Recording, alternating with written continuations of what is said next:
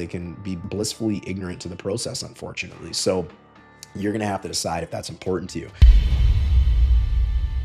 What they're doing, but you deserve to know that as a consumer. So is if they're not doing their job properly, they're not giving you what you're looking for, can you fire them? Can you get out of that arrangement? So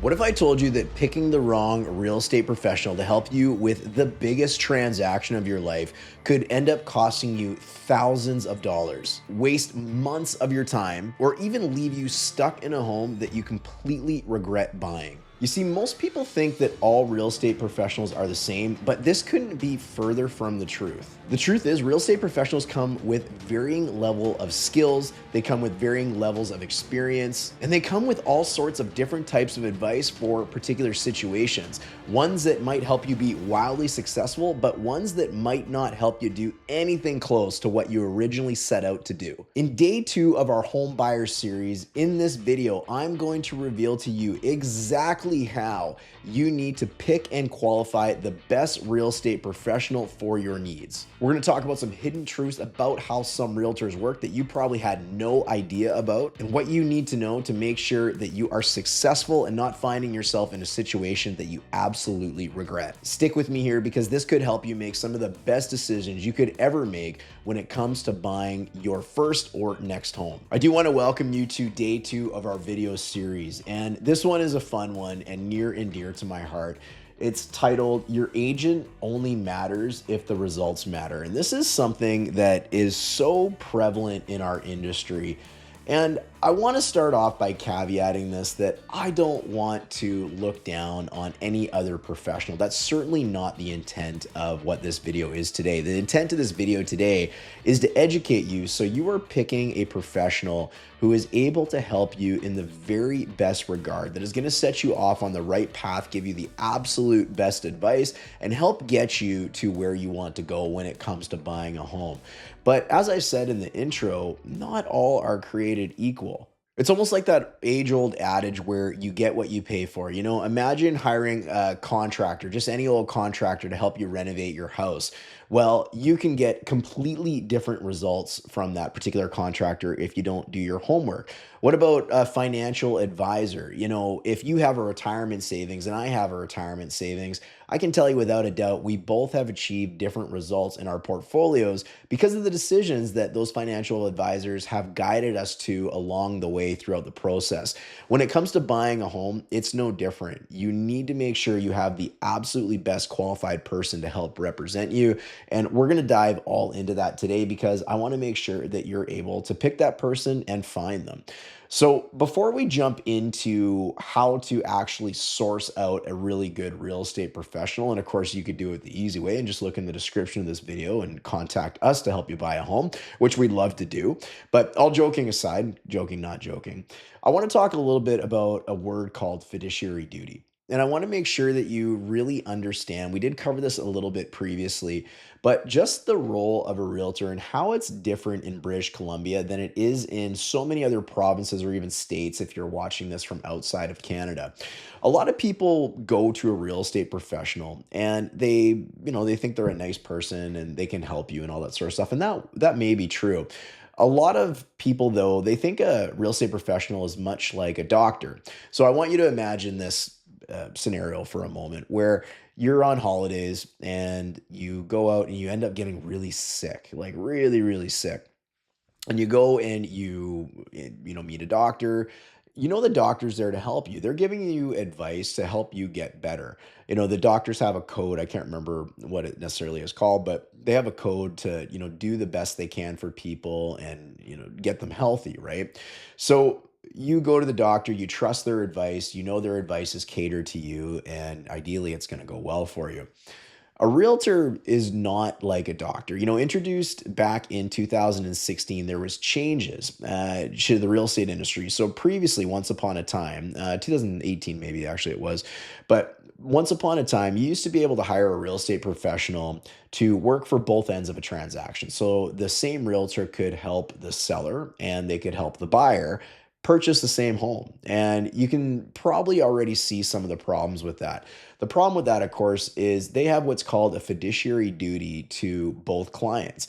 And that fiduciary duty, well, it's a legal and ethical obligation for that real estate professional to act in the best interests of one person or entity. You can't really do that properly when you are caught in the middle, and obviously there's financial ties to that. So comes the provincial regulator, and they say, no longer are we going to allow for this. So into today's current environment, a consumer, they have a realtor, but they cannot work with the same realtor to help them both buy and sell the same property. So, or better said, they can't represent a buyer and the seller of a property that these two parties are trying to transact. It just doesn't work. It's like going to court and getting sued by somebody, and you guys are using the same lawyer who's actively suing you. Like, it just doesn't make sense. So it was really good that this actually came in.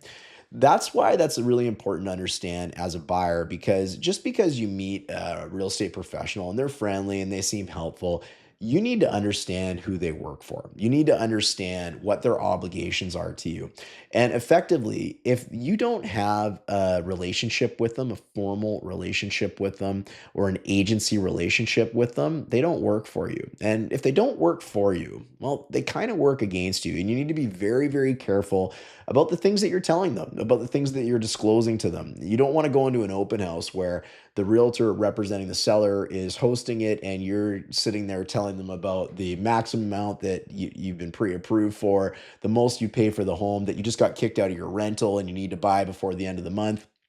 You would never want to share that, because really what their job is just share that information with their seller to try and get their seller the best terms of contract, to try and get their seller the top value, anything that they think they can do to help influence and get the best result for their seller. So when I say that realtors are not like doctors, they're much more like lawyers. We're very clear on who our clients are.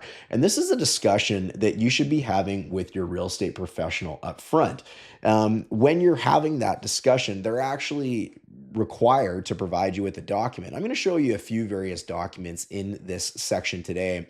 And these documents change over time, so it might look a little more updated when you're watching this video versus when I am showing it to you right now. But one of the really important documents in the real estate relationship, and this is whether you're formally together with a realtor or not, whether you're contractually together with them or not, realtors in British Columbia are actually required to provide you with this document titled Your Relationship with a Real Estate Professional, where they're having conversations with you right off the bat before they're able to provide what's considered trading services. A trading service could be showing you a property. A trading service could be offering you opinions, anything related to the transaction of the real estate other than factual information. Their duty is to provide you with this prior to getting into those sorts of conversations or actions, so you have a very clear idea as a consumer about what sort of relationship you're entering. And the wording on this, it's not great, but the two types of relationships are either client or non-client. And I don't want to scare you. When you have a client relationship with a realtor, in terms of this document right here, this disclosure of representation of trading services is what we call it. That doesn't mean that you're formally committed to this particular realtor. It just means that you understand what their obligations are to you. And as you can see by looking at the document, there's four main things that they owe you. They owe you loyalty. They will act in your best interest. They owe you full disclosure. So that means they must tell you everything relevant about the transaction, which will influence your decisions either for the positive or the negative. They also have to avoid conflicts of interest. So if you're interested in their particular properties, or they have an agency relationship with somebody that you look like you might enter into a transaction with, there's mechanisms that are available that they have to, like a referee at a soccer game, blow a whistle and say, I'm offside as the real estate professional. The buyer and seller, you guys can still try and put something together, but there is a way that we have to deal with this conflict, which is me in the middle. And the last one deals with confidentiality. You need to know what's happening with your personal information so you're not put into a position that is not good for you, and your information is not being relayed to a seller. So in lieu of not having what's called a client relationship, you're actually going to be in a non-client relationship, which is exactly the opposite of everything I just talked about. And that's not a great spot for anybody to be. There's cowboys out there that want to go and try and buy homes without professional help, which is obviously a terrible idea. I think anybody watching a video like this knows that that's a terrible idea.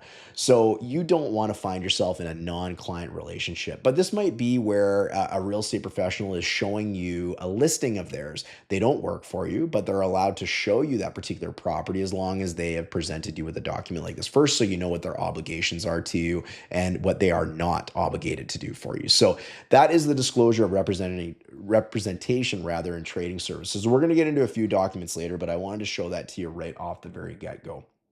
But with that being said, when you decide that it's time to buy a house, a question that comes up often is, should you consider committing to one particular realtor, or should you have various real estate professionals that are out there and looking for different homes for you?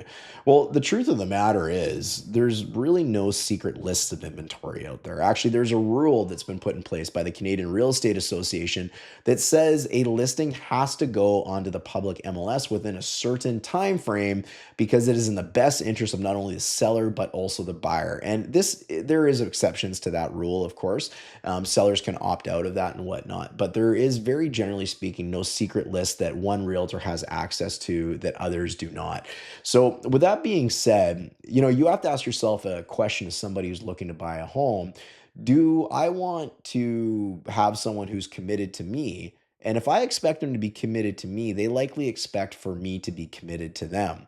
In lieu of you not being committed to them, what sort of service, oversight, and whatnot are you going to expect from somebody if you're kind of 1 foot in, 1 foot out? Well, you're likely also going to get a similar relationship to that, where they've got 1 foot in and 1 foot out, because you are not committed to each other contractually. They owe you obligations if you've done this disclosure of representation and trading services.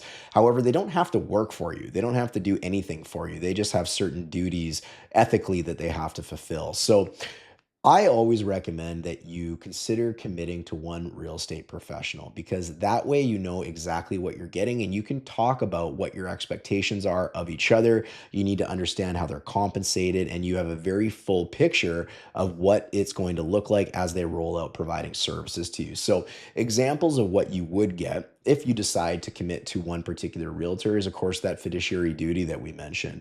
You're also going to get the commitment of their time and their attention. You want someone that's going to make themselves available for you, that's going to be able to get you into the properties that you want to see, that's going to be able to explain contracts and market prices and market conditions and just the general flow of how to actually buy a home. You want somebody who's going to commit that time to you and put themselves in a position to make sure that you're educated. You want that attention, and you really deserve that as a home buyer. You're also going to get focus on relevant properties. You're going to get someone who is paying attention to the properties that are going to be best suited for you. And this is really great if the market starts to move quickly. You want to be the first in the door and ideally have the first opportunity to be able to get the very best properties, which tend to move the quickest, tend to come off the market the quickest, because of the people who are actually committed and paying attention. You want clear expectations on the services that you are getting from the real estate professional, as well as how they're compensated, something we will talk about a little bit later on in this video. You want somebody who's protected. So if they make a mistake, they're insured for your protection, because you're a consumer and you're relying on a professional service. Of course, if you chose not to hire somebody or you chose to go on your own, you don't have that luxury of being protected against errors. They also have particular standards that they have to uphold. So there's various bylaws, codes of ethics, provincial rules and laws that they have to follow. And this is really, really good for you as a consumer. It's been getting better and better and better over the years, thanks to the British Columbia Financial Services Authority, who is the overseer of the real estate industry for the province in, relation to protecting consumers like you. And the last one is guidance. You want to be guided through this whole thing. It's a stressful experience and you want to get through it like a rock star. So we really recommend that you consider committing to one real estate professional, talking about what you're going to get from them and making sure that you demand that and you're all very clear on what you owe to each other in terms of expectations and whatnot. So with that being said, if you choose to commit to a realtor, well, how do you know who to commit to? All real estate professionals, as I mentioned at the beginning of this video, are very different. There's many that have produced very different results. There are many that are part-time agents, which is totally fine. There are many that don't sell a ton of real estate. There's some that sell a ton of real estate. There's some that are individual agents. There's some that are on a team like myself. There's just all these different options out there. But there's questions that you can consider asking, which we actually have a long list of them on our website, which you could look at asking as well. But to put it in perspective a little bit, when you're hiring a real estate professional, I think a lot of the public, they don't necessarily understand how the industry works. And they're driving down the street and they see the big realtor of the community, the person that's got their picture on all the bus benches all around the community, and they've got for sale signs up in the community. And they make assumptions that every single realtor is like that. And that is the furthest from the truth.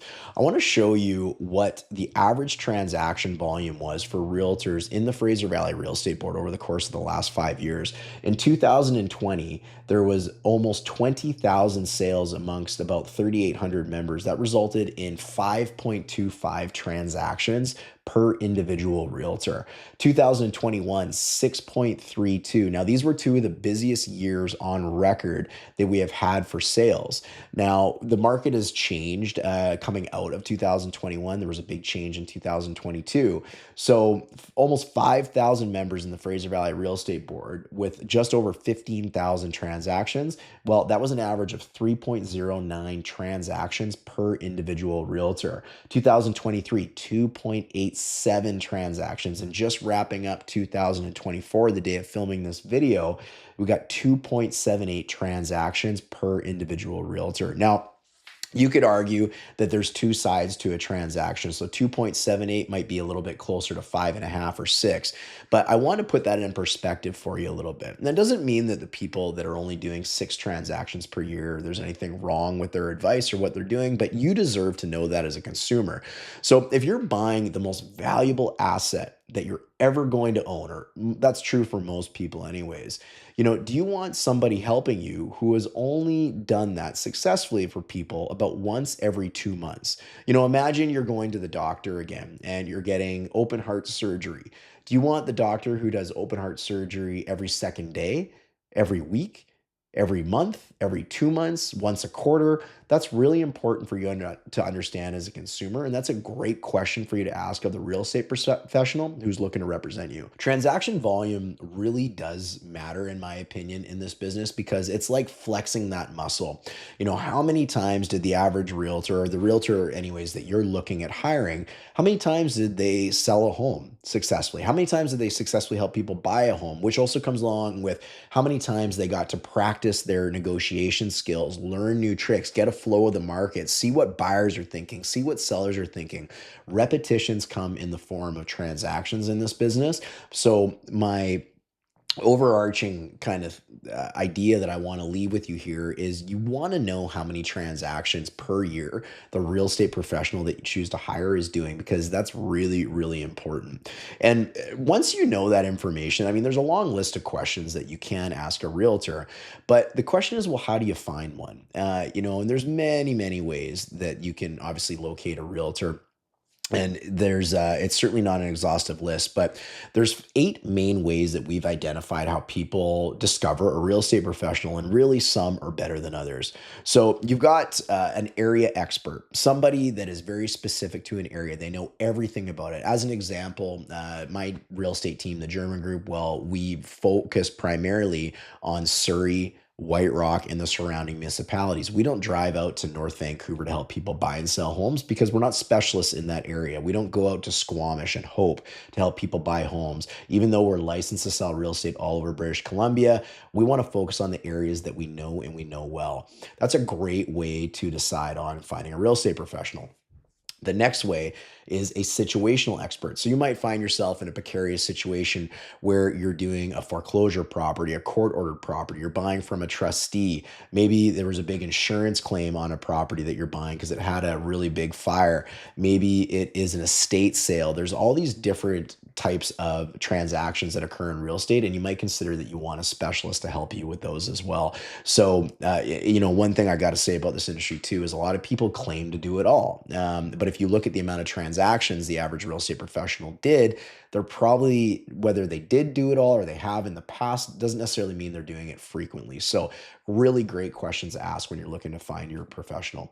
You can also pick a professional by the price that they charge. When you're buying or selling a home, it's important to know how that realtor gets compensated, where their money is coming from. And it's really great to have an open and honest conversation with them about that. So all the expectations are completely crystal clear. I'm a big proponent in you get what you pay for in life. So that's something that you're going to need to consider what it makes the most sense for you. And if you're someone that is looking for commission kickbacks, as an example, there's likely somebody out there that does that. If you're looking for the absolute best deal in town in terms of a real estate professional, there's people that do that. But there's also people out there that you might consider hiring that are known for delivering results. They have great reputations, etc., which actually are next on our list here. So you could find a real estate professional who has a long-standing reputation. As an example, the German Group is one of the highest reviewed realtor and real estate teams in all of Surrey.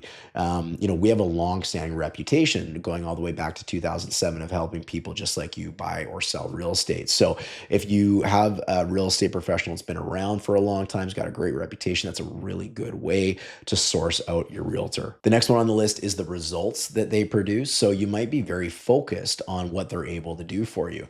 Another example, this is on the homepage of our website. We actually feature the results that we produced in years past for people to be able to take a look at so they can make an educated decision on who they choose to work with. So you might be into somebody who has a long-standing history of getting great deals on properties, or they have a great reputation and history of getting people into homes that weren't even on the market. So there's lots of ways to unpack that and to go down that route, but the results produced is a really important one that I think you can you could or should consider.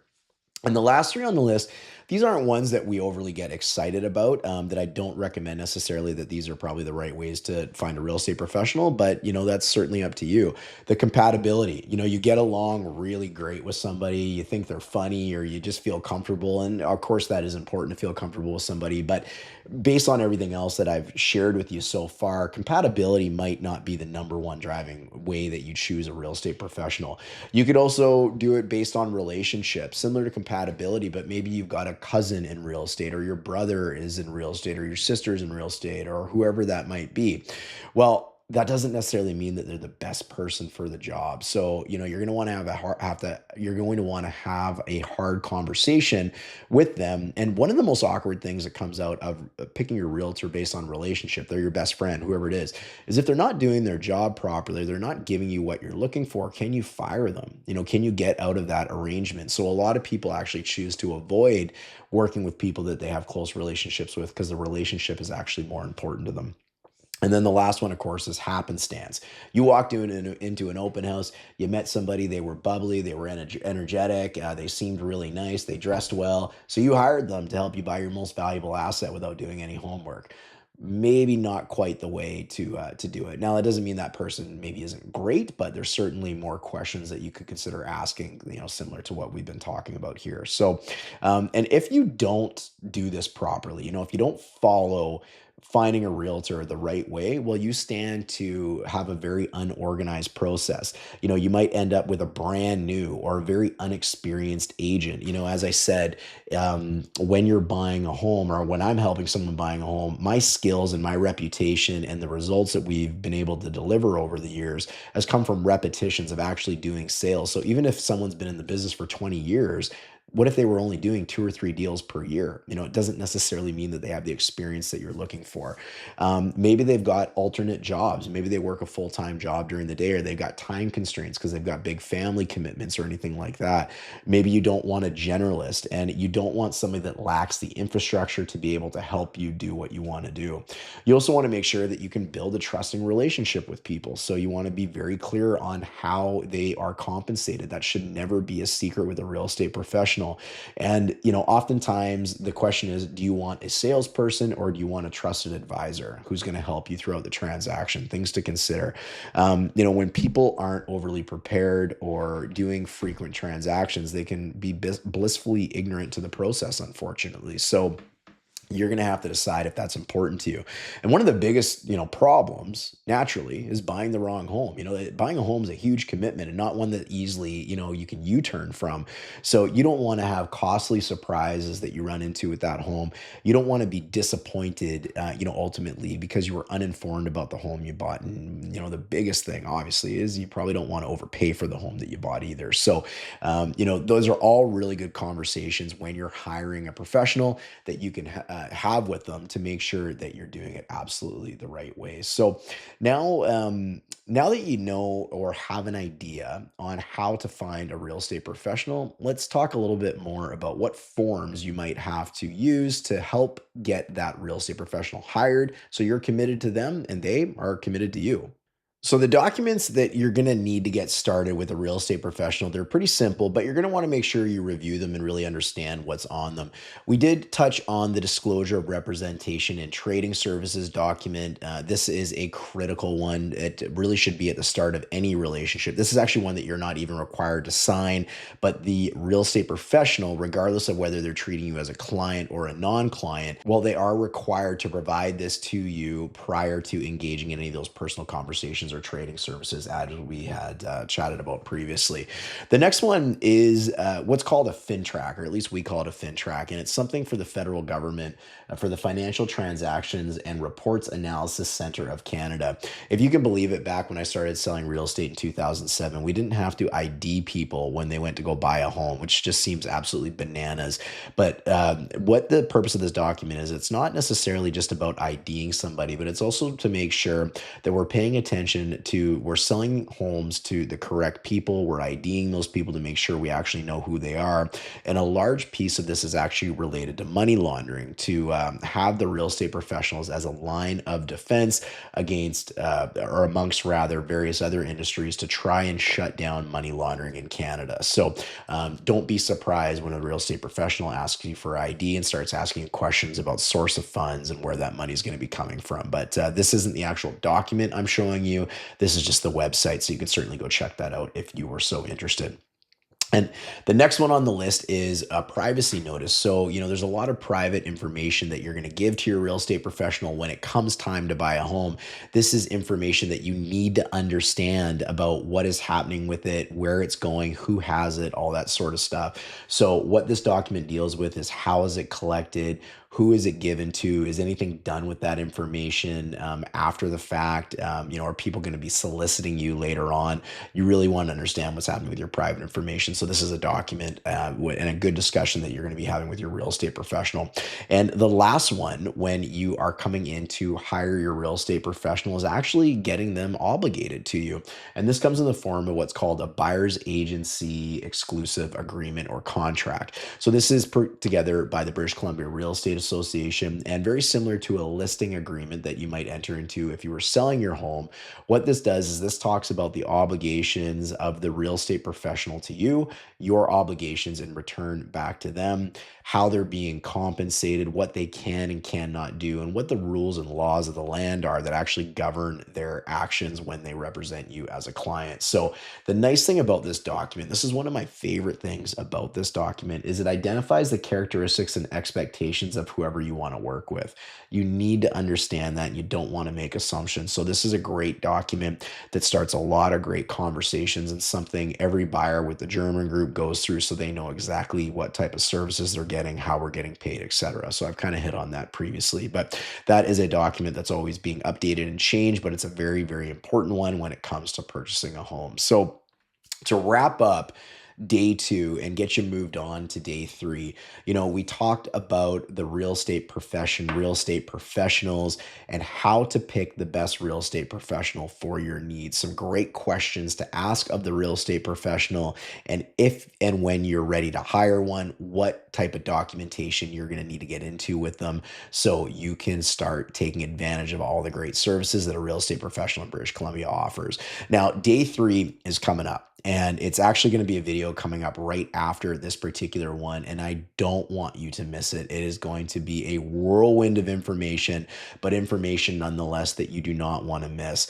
To give you a little bit of a teaser on what we're going to be talking about, there is something that you are likely going to do when you go to buy your next home that 6 out of 10 Canadians get absolutely upside down and wrong. And I want to make sure that you do not find yourself in a situation where you are putting yourself at such a disadvantage by doing this silly thing. So we're going to talk about that a little bit on day three. We're going to talk about the secret that the banks and mortgage lenders don't want you to know. In fact, we're going to unpack everything that you need to know about getting a mortgage. And these are things that the banks or your mortgage lender, they're not going to tell you, but I'm going to tell you because I want you to have this information so you can get the absolute best product for yourself when it comes time to buying your home. In fact, your mortgage is going to be one of the most expensive things you ever own because of the amount of interest you pay in it. So we want to make sure you get that right as well. We're also going to help end the debate on fixed mortgages versus variable mortgage. That's going to be a really fun one that I think you're going to love. And I'm going to let you know about the absolute deal killer that strikes so many people. And I want to make sure it doesn't strike you. So that's all coming up on tomorrow's video, which you're not going to want to miss. Don't forget to subscribe to the Germ Group's YouTube channel so you do not miss out on day three or any of the high value videos that we're giving to people like you to help you be better educated when it comes to buying real estate. And you will see some links down below to not only everything that we talked about today, but to also our 21 grants and rebates available to homeowners and buyers just like you, available right now. You can get your hands on a copy of that, as well as a download of today's questionnaire, just in relation to everything that we talked about. Now, you're stoked to get into day three. I'm stoked to get into day three. Let's get into that right now, and I'll see you over there. It's coming up next. Cheers. There is a secret in the mortgage industry, one that so many consumers are completely unaware of, and it ends up costing them thousands and thousands of dollars more than it ever needs to.